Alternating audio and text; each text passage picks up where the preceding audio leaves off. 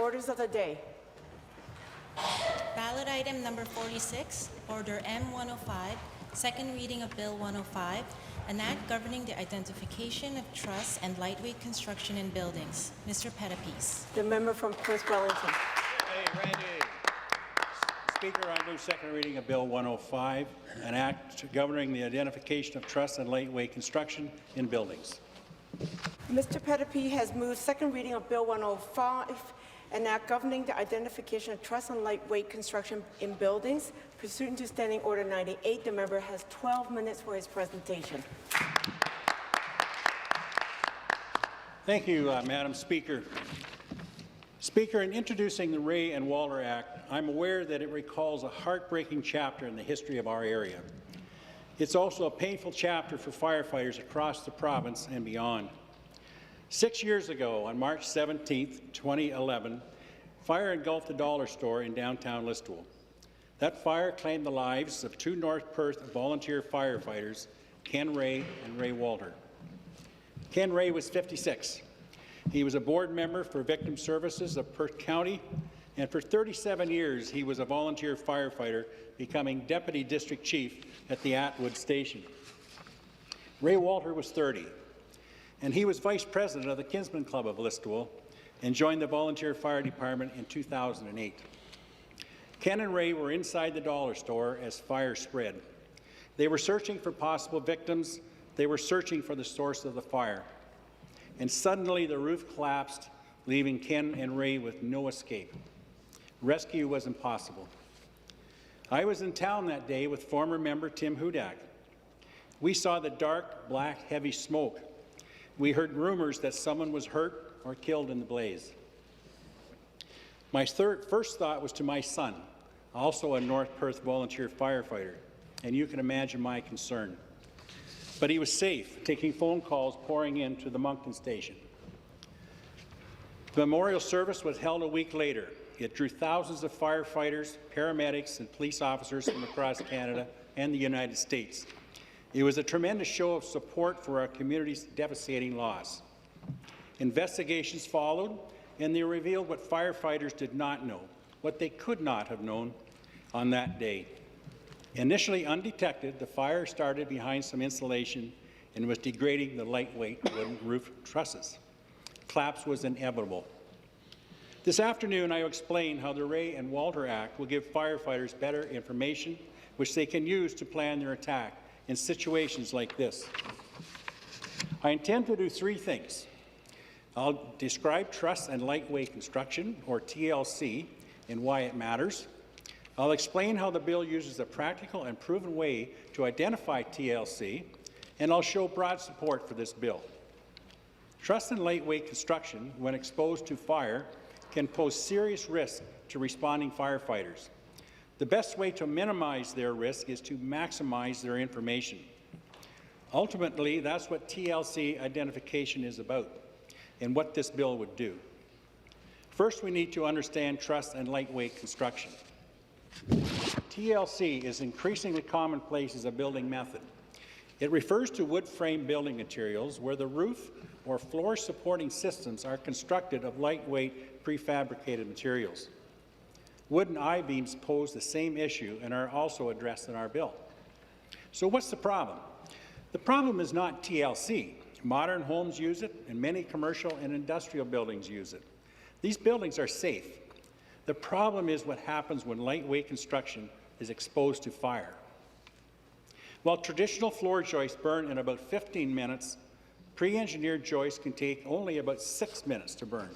6 minutes. They don't even have to be on fire to pose a danger. High heat can make the wood unstable by melting the glue that holds the joists together. Now suppose you're a firefighter arriving at the scene of a blaze. You probably arrived in about 5 minutes, as the average fire department response time is between 4 and 6 minutes.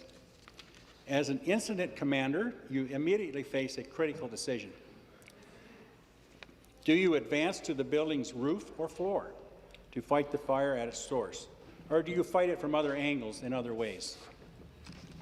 In many buildings, you might have the time and opportunity to advance, but if the building uses TLC, time might have run out. These joists are already beginning to burn.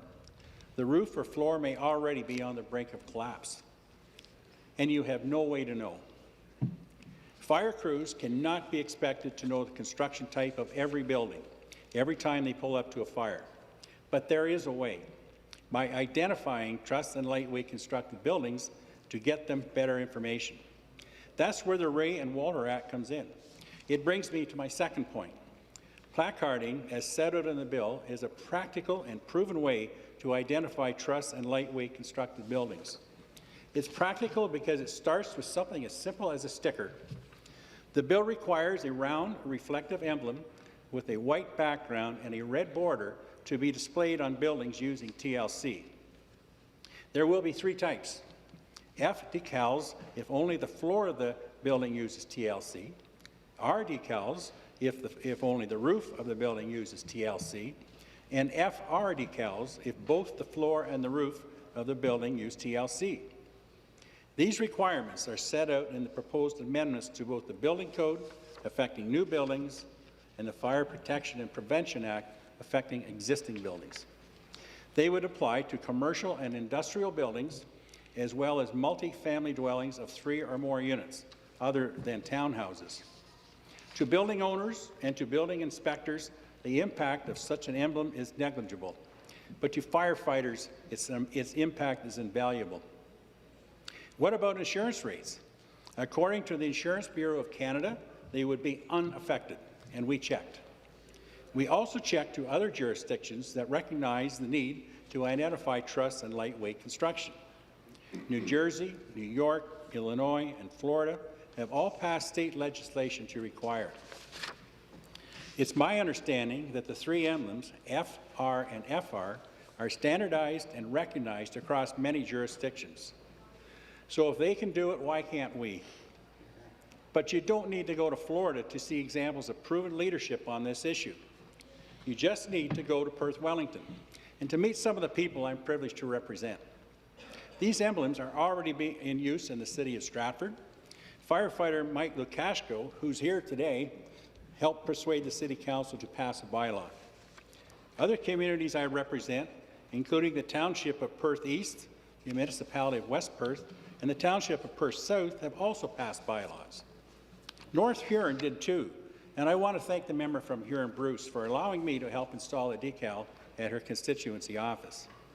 And the movement is growing, Madam Speaker, and it demonstrates my third and final point.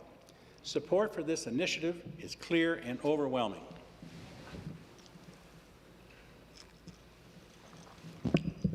I've received dozens of supported letters and emails from municipalities and fire departments. The Township of Mapleton's Fire Chief Rick Richardson, who's here today, wrote, "I believe that making more fire department personnel aware of these risks will save lives for future firefighters." And in Stratford, Chief John Parody describes the bill as another tool in the toolbox to identify potential hazards prior to sending firefighters inside a burning structure. Parody adds that the city's efforts are having a positive reception from business owners who are more than happy to support the safety of their local firefighters. The Town of Erin Fire Chief Dan Callaghan wrote, "This proposed bill will save lives of firefighters in the future. Knowledge is protection." South Stormont Fire Chief Gilles Crepeau wrote, "I am the chief of 100 volunteers who fully support this bill," and there are many more. I've spoken to firefighters across the province. I've been to Carleton Place, Northumberland County, Windsor, Essex, and Kenora. I've also talked to the Ontario Fire Marshal's Office, the Ontario Building Officials Association, the Ontario Professional Firefighters Association, and the Ontario Association of Fire Chiefs. I've met with the Minister of Community Safety and her staff, and I appreciate their interest and advice. But I must emphasize, momentum to identify TLC did not begin yesterday. It did not begin with me. It began years ago, thanks to the efforts of North Perth Fire Chief Ed Smith. In 2012, Chief Smith introduced a resolution to the Ontario Association of Fire Chiefs. It petitioned the province that certain lightweight constructed buildings should have a standard plaque. He was successful and continued to speak up. Many others did too. Last June, I met with Mike Lukashko and Fire Chiefs Ed Smith of North Perth, Chris Harrow of the town of Minnow, John Parody of Stratford, and Bill Hunter of Perth East and West Perth. And they're also here today, and so is Neil Anderson, Stratford's Deputy Chief, and Richard Anderson, Chief with the town of St. Mary's, and certainly many others. Thank you for coming today. In September, the Ontario Association of Fire Chiefs passed a resolution of support for our bill. I want to thank the OAFC, which represents the chief fire officers of the 449 municipal fire departments in Ontario, for their support. In particular, I want to thank Chief Harrow, who serves on the board of directors, for his leadership. To all of these people I mentioned and many others I've missed, I want to thank you for your advice and your support. To conclude, Madam Speaker, I say this. Throughout our province, we have dedicated professional firefighters and volunteer firefighters who keep us safe. Often they do at considerable risk to their own safety. Again, to minimize their risk, we have to maximize their information. Our bill does just that. This issue is important enough to warrant a province-wide solution, not just a patchwork of local bylaws. Finally, Madam Speaker, I want to recognize the Rea family, and the Rea family is up there, and the Walter family is over here. The Walter family, the Rea's widow Holly is here, his father Ron, his mother Rosemary, his sister Rachel, and Holly's partner Andy and her mother Linda. Louise Rea, as Ken's widow, has also made the journey to Queen's Park to be with us today. Thank you to each of you and to all the firefighters and municipal officials for making the trip to Queen's Park. As community leaders, your presence means so much, and you deserve our full support. I look forward to the debate this afternoon. Thank you, Madam Speaker. Thank you. Thank